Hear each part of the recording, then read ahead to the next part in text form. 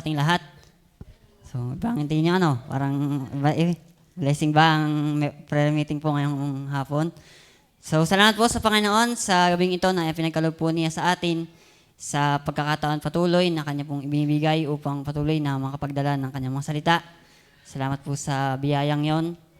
At nawa po ay hindi maging hadlang ang tagapagsalita upang ang salita ng Panginoon ay mangusap sa bawat isa ngayong gabi. Ano po? So tayo po ay muli ay mag-aaral ng kanyang mga salita at inaanyayahan ko po ang lahat na magsitayo. At ating pong buksan ang ating pong text sa aklat po ng Philippians chapter 4 verse 6 and 7.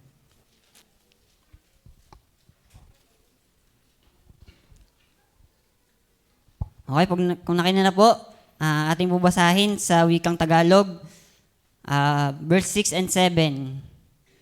So sige po, handa, basa. Huwag kayong mga balisa sa anumang bagay, kundi sa lahat ng mga bagay sa pamamagitan ng panalangin at daing na may pagpasalamat, ay ipakilala ninyo ang inyong mga kahilingan sa Diyos. At ang kapayapaan ng Diyos na di masay ng pag-iisip ay mag-iingat ng inyong mga puso at ng inyong mga pag-iisip kay Kristo Jesus. So tayo po pray, tayo manalangin. Panginoon naming Diyos, Ama naming nasa langit, salamat Panginoon sa gabing ito na iyo pong binigay sa amin upang patuloy na makapanambahan sa iyo Panginoon. Salamat Panginoon sa buhay, kalakasan na iyo pong pinapahiram. Salamat muli na kami Panginoon Diyos ay magkakataon na makakapakinig ng iyong salita. Patawad po muna sa mga pagkukulang pagkakasala na iyo pong nasufungan sa bawat isa sa amin. Patuloy mo kaming linisin ng banal dugo ng Panginoong Jesus. At dalangin ko Panginoong Diyos, ang iyong pong karunungan ay iyo pong bahagi sa mga salita. Mag-isa makikinig Panginoong Diyos, ang pagkilos po ng banal na spirito. Hayaan mo pong mangusap ka sa bawat isang makikinig Panginoon. Managana ang iyong mga salita Panginoon. Purihin ka, ikaw po ang sumama sa amin sa mga oras na dadaan. Ilayo mo Panginoon Diyos kami sa anumang gawa ng kaaway at patuloy na pagpalain ng bawat isa. Purihin ka, ikaw po ang malulahati sa aming mga buhay. Ang lahat po itong aming dalangin sa Ama sa dakilang pangalan ng Panginoong Jesus. Amen. So yun po, makakapo na po ang lahat. So yun po, magandang gabi po muli sa ating lahat. Salamat sa Panginoon sa kanyang biyaya. So tayo po ay patuloy na tumatalakay po sa gawain po ng pananalangin. So sana po ay habang tinuturuin natin ito, sana po talaga tayo ay natututo at tayo ay mas napapalapit sa Panginoon. Kasi walang pong sangsay yung ating napakinggan kung walang pong itong epekto sa atin. No? Kasi ang panalangin po kasi ay kumbaga ay bakit nga ba tayo kasi nanalangin? Kasi parang pagkatatanungin mo, pag ikaw ba'y nanalangin, nababago ba ang plano ng Diyos? Hindi, di ka? Pero bakit ka ba't ka nananalangin? Anong purpose nun? Kasi bakit? Inutusan ka ng Panginoon eh. Kaya kumbaga ang idea niyan, hindi naman ang nagbabago yung plano ng Diyos. Ang nababago mismo dapat yung ating sarili. Kumbaga hindi tayo ang mag-a-adapt doon sa gusto ng Diyos eh. Dapat tayo yung mag-a-adapt sa kung ano yung gusto ng Diyos sa atin. So yun po yung kahalagaan ng panalangin. Kaya po dapat tayo ay habang tumatagal, habang nag-aaral ng ganitong mga usapin, dapat tayo talagang lalo ay napapalapit sa Panginoon. Ano po? So yun po yung importante. At sana po sa ating pag-aaralan ngayong gabi, sawa ay patuloy itong makatulong sa bawat isa sa atin. So ang topic po ditong napa-assign sa akin ay yung tinatawag po nating supplication with thanksgiving. So dito po sa aklat ng chapter 4, meron pong binanggit dito sa verse 6, sabi dito, huwag kang mga balisa sa anumang bagay, kundi sa lahat ng mga bagay sa pamamagitan ng daing na may pamamagitan ng panalangin at daing na may pagpasalamat, ay ipakilala ninyo ang inyong mga kahilingan sa Diyos. At ang kapayapaan ng Diyos na di masayad ng pag-iisip ay mag-iingat ng inyong mga puso at ng inyong mga pag-iisip kay Kristo Jesus. Okay. Sa dito po, atin pong makikita dito, yung tinatawag na, yung be careful for nothing. Kasi sa ating panahon natin ngayon talaga, maraming bagay talaga na minsan, ayaw man nating isipin pero nakakapagpabalisa sa ating buhay, di ba? Kasi bakit? Kasi tayo Kasi tayo ay, kumbaga ay tao. Taong may pangangailangan na naghahangad din naman ng mga bagay. Pero ang sabi dito ng Panginoon, huwag kayong mga balisa sa anumang bagay, kundi sa lahat ng mga bagay, sa pamamagitan ng panalangin at daing na may pagpasalamat ay ipakilala ng inyong mga kahilingan sa Diyos. Dito po sa chapter 4 na atin pong ating makikita, ito pong ating topic na ito, verse 6. Bakit dumating dito si Pablo? Kasi ito ay parang concluding, ang tawag dito? Parang concluding na ng kanyang letter sa mga taga-Pilipay. So, chapter 4, halos patapos na yung kanyang mga salita. Kasi kung atin pong babalikan, doon sa chapter 1, ay, ang sinabi dito ni Pablo sa mga taga-Pilipay, siya ay tuntua. Sabi dyan sa verse 4 hanggang chapter 1, verse 4, sabi dito, naparatit sa bawat daing ko ay masayang nananaing ako patungkol sa inyong lahat. Dahil sa inyong pakikisama sa palaganap ng Ebanghelyo mula ng unang araw hanggang ngayon, na ako'y may lubos na pagkakatiwala sa bagay na ito na nagpasimula sa inyo ng mabuting gawa, ay lulubusin hanggang sa araw ni Hesus Kristo. So, ibig sabihin dito, ang ibig sabihin ko lang po dito, ay nung sumulat si Pablo sa mga taga-Pilipay, ay meron siyang gustong i-address Kumbaga ay ganito. Ngayon, bakit dumating siya dito sa verse 6, chapter 4, verse 6? Verse 6. Ang sabi kasi dun sa chapter 1, ang tinatalakay dito ni Pablo ay yung kumbaga ay yung ang mga Kristiyano kasi dito, parang idea. Sila ay anong tawag dito? Parang double-minded. Kumbaga ay parang nababalisa sila. Kaya pinayuhan si Pablo kasi pagdating sa chapter 1, ang tinalakay dito ni Pablo ay yung parang ano ba yung nararanasan talaga ng isang Kristiyano? Kasi kung inyong babasahin yung chapter 1, pagdating niya ng verse 12, kasi ito yung time na nung sinulat ito ni Pablo, siya ay nakakulong. Kung di ako nakakamali, So, nung time na siya ay nakakulong, nakakatuwa yung buhay dito ni Pablo. Kasi, siya ay nakakulong, pero siya yung nag-i-encourage. Siya yung, kumbaga, ay nananalangin sa Kaya pagdating dito, sabi po ng verse 12, sabi dito sa kanyang sulat, ngayon ibig ko na inyong malaman nga mga kapatid na ang mga bagay nangyayari sa akin nangyayari sa lalong ikasusulong ng Ebanghelyo. So, nung time pong ito, siya po ay nakulong. So, ang sabi niya po dito, bakit siya pinaalam niya sa mga taga-Philippines yung nangyari sa kanya. So, sabi nga dyan, dahil sa ikasusulong ng Ebanghelyo. Pagdating po ng verse 18, gayuman sa lahat ng paraan, maging sa pagdahilan o katotohanan, ay itinatanyag si Kristo, at sa ganito'y nagagalak ako, at ako'y magagalak. Sapagkat nalalaman ko na ang kahitnan nito'y sa aking kaligtas, sa pamamagitan ng inyong mga pananaing at kupuspusan ng Espiritu ni Kristo. So dito tinukoy po dito yung mga hanggang pagdating ng verse 29, sapagkat sa inyo pinagkaloob alang-alang kay Kristo, hindi lamang upang manampalataya sa Kanya, kundi upang magtiis din naman alang-alang sa Kanya. So yung time pong ito, ang mga taga-Pilipinas ay nakakaranas ng persecutions. Kumbaga ay trials, kumbaga ay sinusubok yung kanilang panampalataya. Pero ang sabi sa kanila ni Pablo, ito ang inyong tandaan. Hindi kayo pinagkalooban ng Diyos upang manampalataya lamang, kundi upang magtiis din naman alang-alang sa Kanya. Kaya yung sabi, bakit huwag kayong mga balisa sa mga ganitong bagay? Tandaan ninyo, noong ang niligtas kayo ng Panginoon, hindi lang kayo niligtas. Hindi lang kayo tinawag ng Diyos para sa paglilingkod.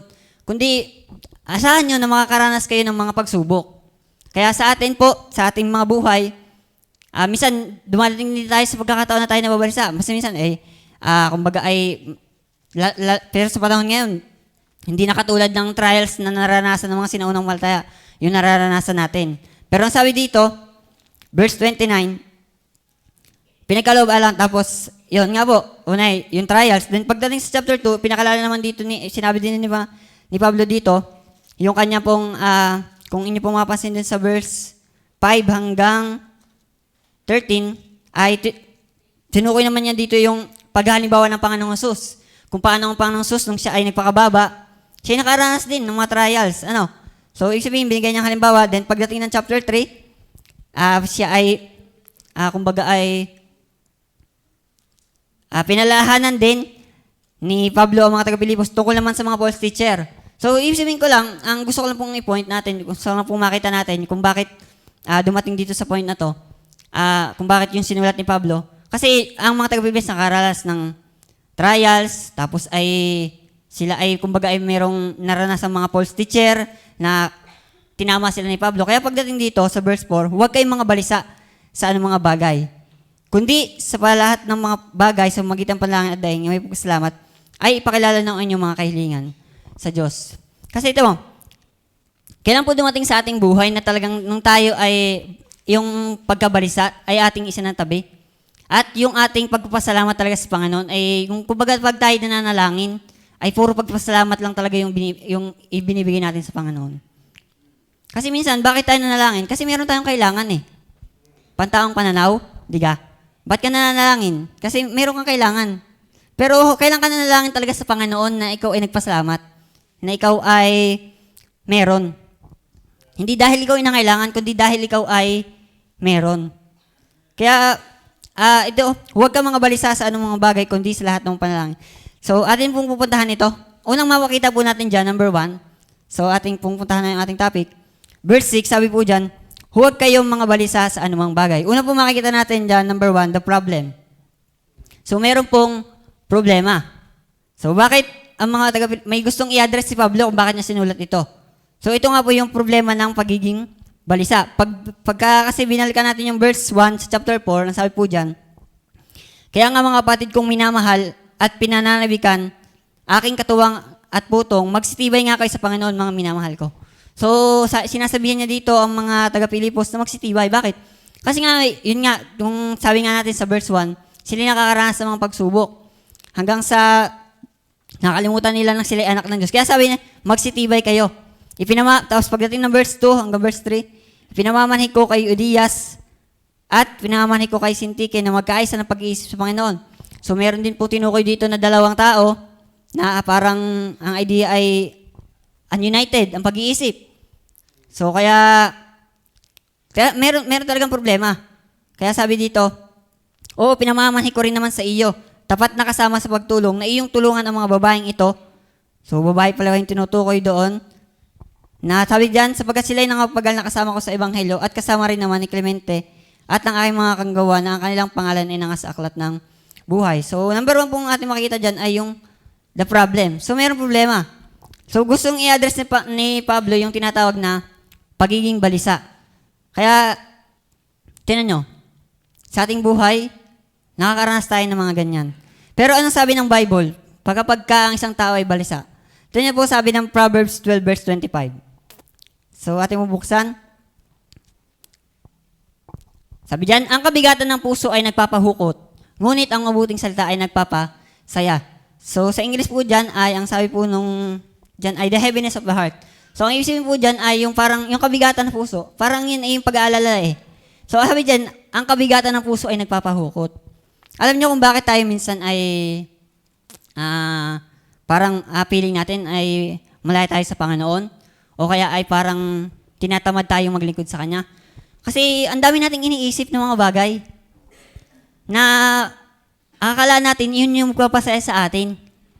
Kasi, tignan nyo, lahat naman tayo gusto natin talaga, kumbaga ay maging stable, di ba? Lahat naman tayo naghahangad yumaman pera na lang ang kulang. Pero, alam nyo, sabi nga ng Bible, kaya nakakatuwa ang salita ng Panginoon. Dito mo talaga makikita kung ano talaga yung magpapasaya sa'yo. Ang sabi ng Bible, hindi naman sa mga bagay ng lupa tayo sasaya, kundi sa Panginoon. Kasi nasa Kanya yung kapuspusan ng kagalakan. Kaya yung tinatawag po diyang problem na gustong i-address ni Pablo sa mga taga-Pilipos, alisin natin ito. Ito yung kumbaga ito yung humihila sa atin o naglalaya sa atin sa Panginoon. Sabi nga dyan, ang kabigatan ng puso ay nagpapahukot. Kung bakit tayo minsan parang natin, parang tinatamad tayong maglingkod. Kasi, bakit? Kasi parang akala natin, ang kailangan natin ay yung mga bagay ng mundo. Hindi yung ang Panginoon. Balisang-balisa tayo na hanggang gusto parang walang nangyayari sa ating buhay. Parang kapag tayo naglilingkod sa Panginoon, bakit parang walang nangyayari? Parang hindi tayo lumalago. Yan ay dumating sa ating isip. Pero ang sabi ng Panginoon, huwag kayong mga balisa sa anumang mga bagay. So kaya ina-address ito ng Panginoon sa atin na alisin natin itong ganito. Kaya tinan nyo, pagdating ng, sabi din sa Matthew chapter 26, meron dyan yung tagpo dyan na tungkol sa anxiety. Sabi po dyan, Matthew chapter 6 verse 25 and 26.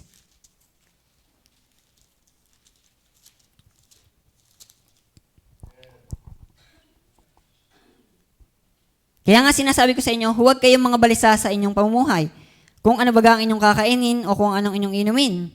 Kahit ang inyong katawan, kung ano ang iyong daramtin, hindi baga mahigit ang buhay ka sa pagkain at ang katawan sa pananamit. Masdan ninyo ang mga ibon sa langit na hindi sila nanghahasik ni nagsisigapas din ang nagtitipon man sa bangan at sila'y pinapakain ng inyong ama sa kalangitan. Hindi baga lalong higit ang halaga nito kaysa kanila? So dito pa lang makikita natin talaga na hindi naman talaga tayo pinapabayaan ng Panginoon. Kaya hindi tayo dapat nababalisa sa mga bagay. Tingnan nyo, sabi doon, yun yung ibon sa langit na wala namang ginagawa, hindi sila naghahasik, hindi nagsisigapas, hindi nagtitipon ng bangan. Pero sila pinapakain ng Panginoon. Pero tayo naman, minsan pinoforsake na natin yung gawain para lang sa ating pansariling kapakanan. Pero minsan hindi naman talaga yun yung yung tumutulong sa atin. Kasi minsan pinagpapalit natin ang Panginoon, pero minsan mararasan din natin, kung mas pinili pala natin ang Panginoon, mas masaya pala tayo. Diga? Minsan, katulad nito, prayer meeting, di ba? Minsan, parang winawalang bahala na lang natin to. Kumbaga ay minsan parang masaya na tayo na, pero wag niyong kakalimutan, mahalaga ang gawain ng Panginoon. Kasi sabi nga sabi nga sa atin lagi, wag pabayaan. So ibig sabihin, doon pa lang sa pabayaan yon, meron ka ng dinidisregard. So ibig sabihin, pag dinisregard mo ang Diyos, parang dinisregard mo na lahat. Kaya wag tayo magiging balisa. Sabi pa nga dyan ng verse, tuloy po natin, at alin nga sa inyong pagkabalisa ay makapagdaragdag ng isang siko sa sukatang ng buhay. So wala naman nga talagang kapag nabalisa lalong tumatagal ang buhay. Minsan nga lalong nadadali Kumbaga ay lalong na heart attack. Sabi wala na akong makainin bukas. Yun, maiisip lalong matay. Kaya napakabuti talaga ng Panginoon. Ang pagkabalisa ay kumbaga ay normal 'yan, pero hindi yan a way para ating kumbaga tayo ay malunod dyan. Sabi nga ay, lumapit tayo sa Panginoon. Huwag tayo mabalisa. So kaya, sabi nga dyan, huwag tayo mabalisa sa mga bagay ng mundo. So kung baga minsan nakakalungkot nga na dumating sa point na pinagpapalit natin ng Panginoon, sana, pagsisihan natin yun. Hanggat kaya nating manumbalik sa Kanya, manumbalik tayo sa Panginoon. Lumapit tayo sa Kanya. So yun po, una, the problem. Ang gustong i-address si Pablo, mayroong problema sa atin. Ito yung pagkabalisa. Sana ay mawala po yan sa atin. Paano yan mawala? Number 2, na ating makikita ay, so balik po tayo sa verse. So ang nakakatuwa po kasi sa salita ng Panginoon, kumbaga ay yung kay dyan, sige, di ka po tinuruan tayo ng yung tayo ay bumangon ng maaga. So ito tinuro din sa akin ng Panginoon. So ako po kasi kumbaga sabihin na natin may mga kabalisahan sa buhay. Kumbaga ay nag-iisip din. Pero salamat, ba't ito ang bigayin ng Panginoon? Kumbaga ay nagkakaroon ng kasagutan ng mga bagay. Kaya salamat po sa salita ng Panginoon na meron tayong Kaya huwag tayo mga balisa sa mga bagay. Kasi ito nyo, sabi ng James, a double-minded person is unstable in his ways. Kaya hanggat kaya natin, magtiwala lang tayo sa Panginoon. So kaya salamat sa kanyang mga salita. Biyaya po na mayroong salita ng Panginoon. Kaya, so una, the problem. Pangalawa na ating makikita, verse 6 po ulit, huwag kayo mga balisa sa anong bagay, kundi sa lahat ng mga bagay sa pamamagitan ng panalangin at daing na may pagpasalamat, ay ipakilala ninyo ang inyong mga kahilingan sa Diyos. So, ito ang nakakatuwa sa salita ng Panginoon. So, sabi dyan, huwag kayong mga balisa sa anumang bagay. Pero hindi doon natapos, may sagot din po agad. Kundi sa lahat ng mga bagay sa pamamagitan ng panalangin at daing na may pagpasalamat, ay ipakilala ninyo ang inyong mga kahilingan sa Diyos. So, paano pala natin ma-overcome yung, kumbaga, anxiety, yung kabalisahan? So, hindi rin, ang sabi dyan ng Bible, hindi naman sa ating lakas, hindi sa ating sarili.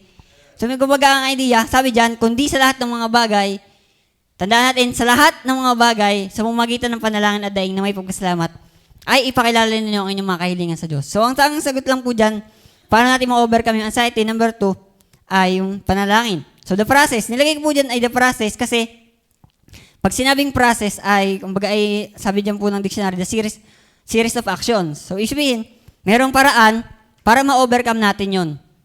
So, yun ay sa pamamagitan ng panalangin. Kasi kung inyong mapapansin po dyan sa verse 6 na yan, napakadami po diyang tinukoy na term patungkol sa panalangin. Parang 3 yata o 4. Sabi po dyan, kundi sa lahat ng mga bagay sa pamamagitan ng panalangin at daing na may pagsalamat ay ipakilala ninyo ang inyong mga kahihilingan sa Diyos. So, isabihin talaga, ang tanging sagot lang sa pagkabalisa sa anumang bagay, ipanalangin. Dinidiin lang sa atin ng Panginoon na panalangin lang tayo sa Panginoon. Magtiwala tayo sa Kanya. Kasi, bakit? Kasi siya naman nga Kasi, anong kayang natin gawin kung wala ang Panginoon? Laging tinuturo sa atin ng ating pastor, we are nothing without God. Kumbaga, lahat ng ating ini-enjoy sa mundong ito dahil ng Panginoon. Pero wala tayong utang na loob sa Kanya. Kaya, ibig sabihin lang, ay huwag tayong mga balisa sa anong bagay. Ay ibig sabihin lang dyan, manalangin tayo sa Panginoon. Kaya samantalahin natin na lumapit sa Kanya habang siya ay malapit pa. So imagine nyo nga, tayo ay nakakalapit sa Panginoon ng, kumbaga ay free. Wala na tayong, kumbaga ay hindi naman tayo katulad ng iba na ang dahil pang gagawin para lang makalapit sa Panginoon. Walang sagabal sa atin Hindi na kailangan natin ng mataas na internet connection o ng load man para lang makahingi sa Panginoon. Kaya i-treasure natin itong mga pagkakataong ito na tayo malaya pang nakakalapit sa Panginoon. Kasi hindi naman laging ganito. Siguro darating yung panahon na tayo ay minsan makakalimutan na nating manalangin. Minsan makakalimutan na nating lumapit sa Panginoon. Pero sana hanggat kaya natin, hanggat malapit ang Panginoon sa atin, tayo ay manalangin sa Kanya. Tama mo, ang kailangan lang talaga natin ay lumapit sa Panginoon. So, paano tayo makaka-rely sa Panginoon sa pamamagitan ng panalangin? So, number 1 po dyan, under na process dyan, think of God's blessing in the past. Ang sabi po ng Psalms 103 verse 1,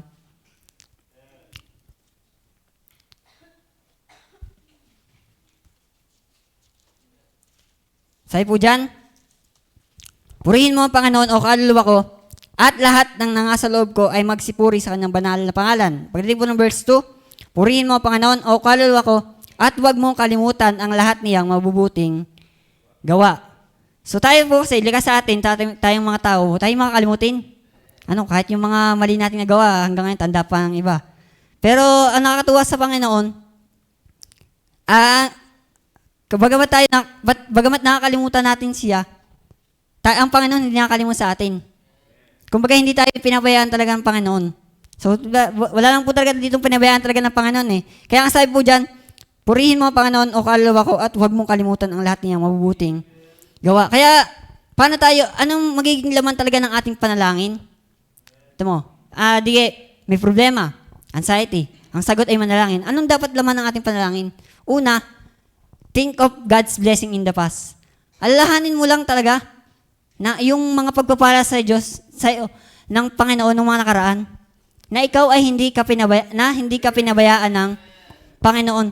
Alam mo, hindi ka talaga, pagka talagang ikaw ay, alam mo na ikaw ay hindi pinabayaan ng Panginoon, hindi ka mababalisa Kumbaga malayo sa iyo yung pag-iisip na ikaw ay unstable.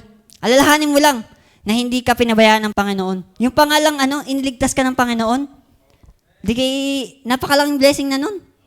Kasi ito mo, wala naman tayo dito kung hindi tayo hinanap ng Panginoon Hindi ka? Salamat na lang, hinanap tayo ng Panginoon.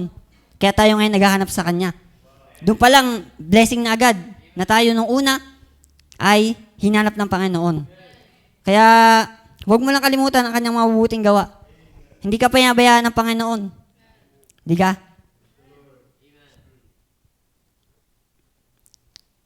Kaya, yun po, think of God bless. Ang sabi po ng verse, chapters 116, verse 12, ano ang aking ibabayad sa Panginoon dahil sa lahat niyang kabutihan sa akin? Kaya, alam niyo po, yung ating paglilingkod din na ating ginagawa, ay, alam niyo po, ito ay hindi lang talaga ito nating ginagawa dahil ng Panginoon. Kumbaga, sabi nga dyan, aking ibabayad sa Panginoon dahil sa lahat niyang kabutihan sa akin. So wala naman talaga tayong kayang ibalik sa Panginoon. Pero salamat ang Panginoon ay mabuti sa atin. Bagamat ang pagkakataon sa atin ay minsan tayo ay nagpapabaya, nakakalimot sa Panginoon, ay hindi ang Panginoon nakakalimot sa atin. Kung paano ang Panginoon ay tapat, kahit balik ta rin yung tapat, siya ay tapat rin sa ating buhay. Kaya huwag niyo pong kakalimutan yon. Huwag niyong ilalayo sa inyong mga isip na tayo hindi panabayaan ng Panginoon. At pangalawa po, na ating makikita dyan, dun, under po nung number 2 natin dyan, sabi po dyan, sa una, think of God's blessing in the past. Pangalawa, submit to God's plan in the present. So, ibig sabihin lang po dyan, ano man ang nangyayari sa inyo ngayon, alam mo kung Panginoon ang may control ng lahat. So, ibig sabihin lang, bakit hindi ka mababalisa? Dapat ang panalangin mo ay, alalahanin mo na hindi ka pinabayaan ng Diyos. Pangalawa, dapat ikaw ay umaayon talaga sa plano ng Diyos ngayon sa iyong buhay. So, hindi ka against sa ano man nangyayari. Bakit? Kasi alam mo ang Diyos ang may control eh. So, doon pa lang sa tagpong yun ng iyong buhay, na alam mo ang Diyos ang may control, hindi ka mababalisa. Kasi bakit? Alam mo ang Diyos ay matalino. Ang Diyos ay marunong sa lahat. Kailanman hindi siya magkakamali sa kanyang ginagawa sa ating buhay. Bagaman minsan, nagdumating talaga sa pagpunto na nagdadaw tayo sa Panginoon kasi parang ang pangit na nangyayari sa ating buhay. Pero kapag ka ikaw ay nagbabasa talaga ng salita ng Panginoon, nasabi dyan ng 1 Thessalonians 5:18, diga? In everything give thanks, for this is the will of God in Christ Jesus concerning you. So sa lahat ng mga bagay, magpasalamat kayo. So hindi lang tayo magpasalamat dahil tayo ay may mabuting tinatanggap sa Panginoon o dahil tayo ay nakikinabang sa Kanya. Ang sabi dyan, in everything, give thanks. For this is the will of God in Christ Jesus concerning you.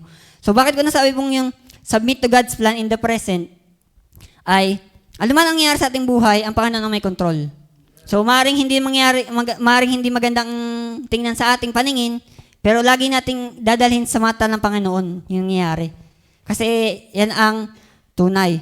Kaya hindi lang tayo dapat magpapasalamat sa Panginoon dahil sa mabuting nangyayari sa atin. Kasi paano nga kapag ang plano ng Diyos pala sa atin ay yung talagang tayo ay maghihirap. Yung parang feeling natin talaga parang pinabayaan na tayo ng Panginoon. Tayo kaya lalawit pa rin sa Kanya? Tayo kaya aasahan pa rin ng Diyos na maglilingkod sa Kanya? Diga. Kaya submit to God's plan in the present. Kung ano man yung nangyayari po sa buhay natin ngayon, ang Diyos ay may control niyan. Alam natin ang Diyos ay sovereign. So, hindi yan papahintulutan ng Diyos na mangyari sa iyo nang wala lang. Lahat yan ay may purpose. Kaya, makikita po natin dyan, in everything, give thanks. At pangatlo, natin makikita dyan, ay trust in God's provision for the future. So, magtiwala tayo, think of God's blessing in the past. So, alalahanin natin na tayo ay hindi pinabayaan ng Panginoon. Pangalawa, alam natin na ano man nangyayari sa ating buhay ngayon, submit to God's plan in the present. At pangatlo, trust in God's provision in the future. Magtiwala din tayo sa Panginoon na yung Kanyang ibibigay sa atin ay sapat para sa atin. Hindi tayo pagkukulangin. Kasi minsan kaya naman tayo nababalisa sa mga bagay. Kasi feeling natin kulang at kulang eh. Kasi bakit? Hindi tayo satisfied sa Panginoon. Mas iniisip natin yung mga bagay ng mundo. At tunay naman talaga yan. Pero, kailangan natin yan. Pero ito nyo, sabi ng Jeremiah chapter 29 verse 11,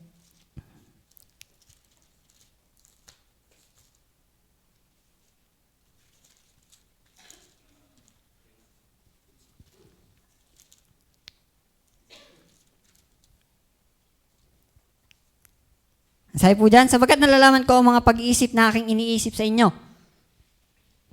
Sabi ng Panginoon, mga pag-iisip tungkol sa kapayapaan at hindi tungkol sa kamahan, upang bigyan kayo ng pag-asa sa inyong huling wakas. So, ibig sabihin lang po niyan, ay trust in God's provision for the future. So, tayo ay kasama natin ng Panginoon hanggang wakas. So, huwag tayong mabalisa. Alam natin ang Diyos ay provider natin. At yan ay sapat hanggang sa ating hinaharap. Kaya pagdating sa Matthew chapter 6 verse 33, Seek ye first the kingdom of God and His righteousness, and all these things shall be added unto you. So, ibig sabihin, hanapin lang talaga natin ang una ang Panginoon. At hindi naman natin tayo pinapabayaan. Pili lang natin pinabayaan tayo ng Panginoon. Kaya hanggat minsan pinagpapalit natin ng Panginoon. Pero ang Bible kailanman hindi nagkamali Hindi pwedeng ang formula ng verse 33 ay unahin natin yung mga bagay ng mundo bago yung kaharian ng Diyos. Ang Diyos ay matalino Sabi dyan, hanapin muna natin ang kanyang kaharian. Huwag natin muna hanapin yung mga bagay. Kasi bakit hindi naman idaragdag sa atin ng Panginoon Kasi ang formula, hanapin muna yung kaharian ng Diyos saka yung bagay na mga ito ay idadagdag sa atin. So, ibig sabihin lang, hanapin muna yung mga bagay saka natin hanapin ang kaharian ng Diyos. So, ibig sabihin, magtiwala talang tayo sa Panginoon. Trust in God's provision for the future. So, kaya, yung sagot sa anxiety natin ay yung panalangin. So, ano yung magiging laman ng ating panalangin? Una, think of God's blessing in the past. Huwag nating kalimutan yung mga bagay na ginawa sa atin ng Panginoon ng mga nakaraan. Pangalawa, submit to God's plan in the present. Magtiwala din tayo o magpasakop tayo sa anumang nangyayari sa atin dahil alam natin na ito'y plano ng Diyos sa atin. Pangatlo ay yung magtiwala din tayo na ang provision ng Diyos sa atin ay sapat hanggang sa huli. So, kaya sa mga bagay pa lang na ito, sana ay nakatulong na sa atin. Na tayo ay huwag mabalisa. Kasi hanggat pagka pinabayaan natin iyang kabalisahan ay kumbaga ay anong tawag dito? Yung mag-dominate sa ating buhay. Walang mangyayari sa atin. Hindi tayo, kumbaga ay hindi natin hahanapin ng Panginoon. Kaya sana hanggat kaya natin tayo ay may pagkakataong manalangin tayo, hindi tayo pabayaan ng Panginoon. Pangalawa, ang plano ng Diyos ay sovereign. Alam niyang nangyayari sa atin ay kumbaga alone. At pangatlo ay yung trust in God's provision in the future. So, yun po. So, sana ay nakatulong sa atin yun. So, balik po ulit tayo sa ating text doon sa chapter 4, verse 6 to 7 sa Philippians.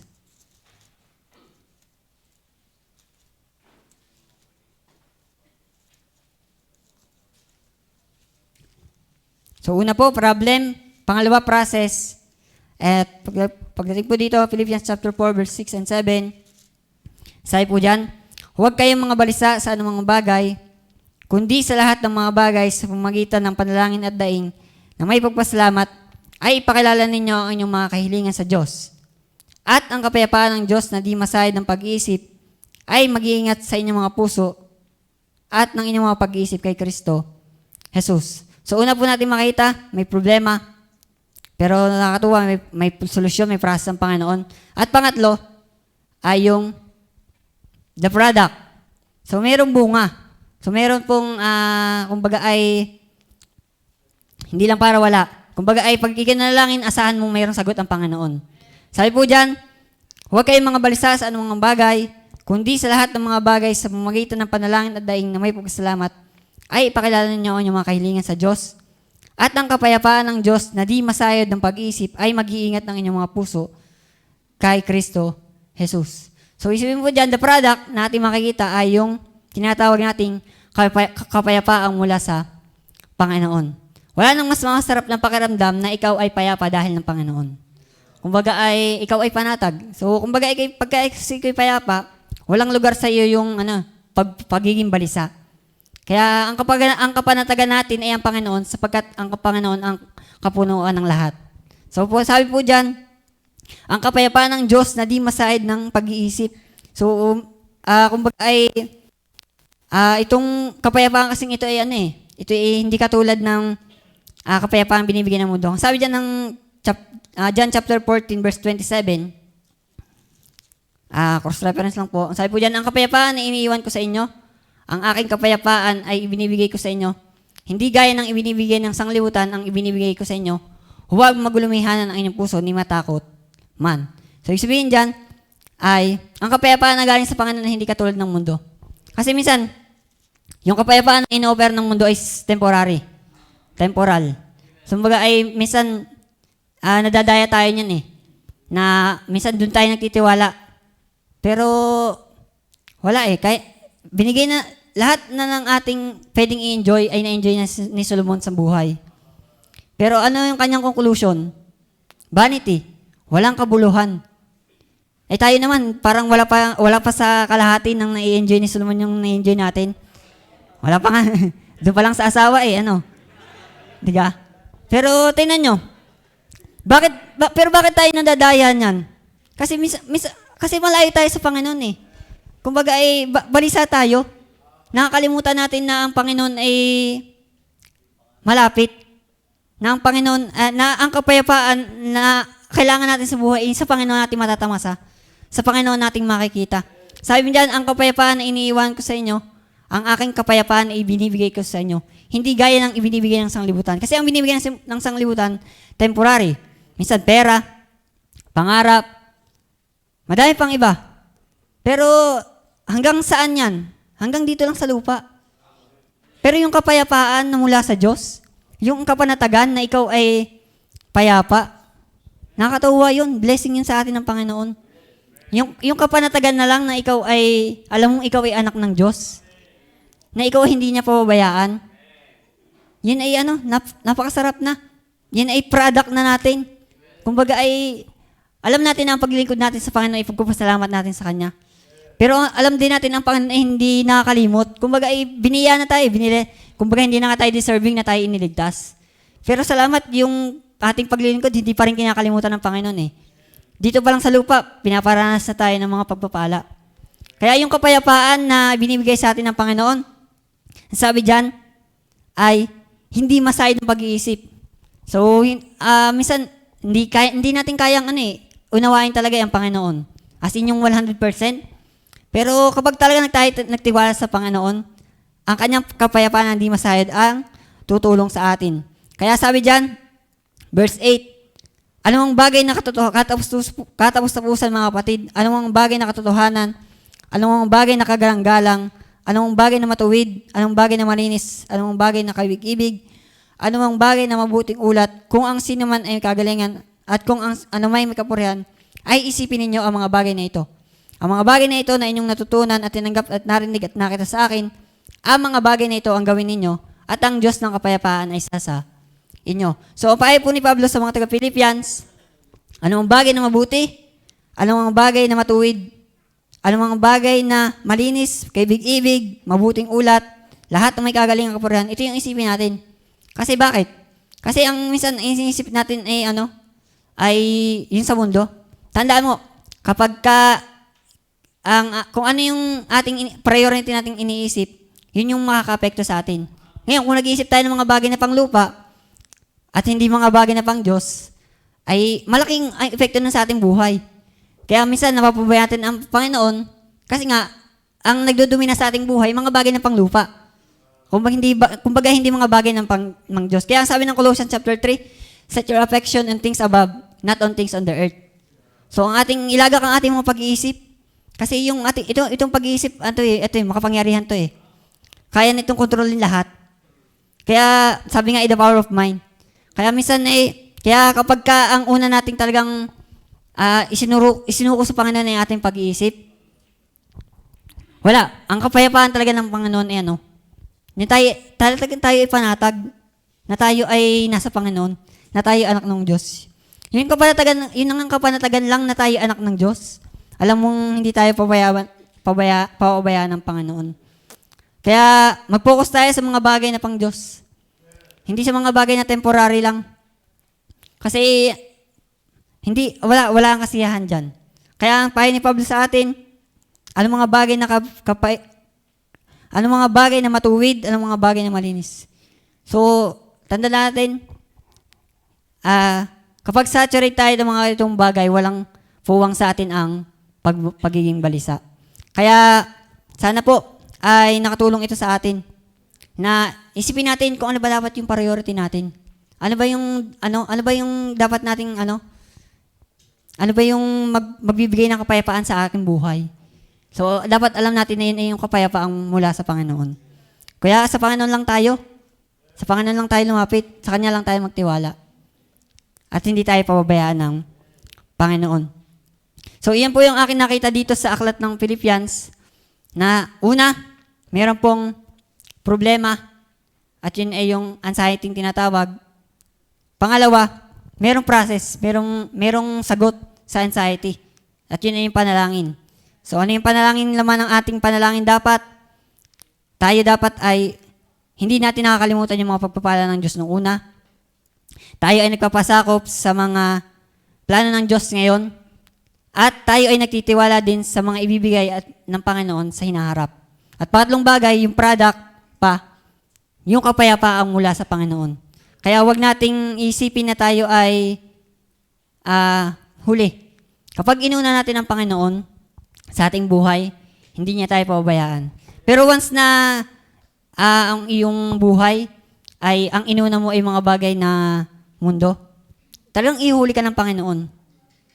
Kasi ang sabi ng Panginoon, mayroong una na nahuli at huli na nauna.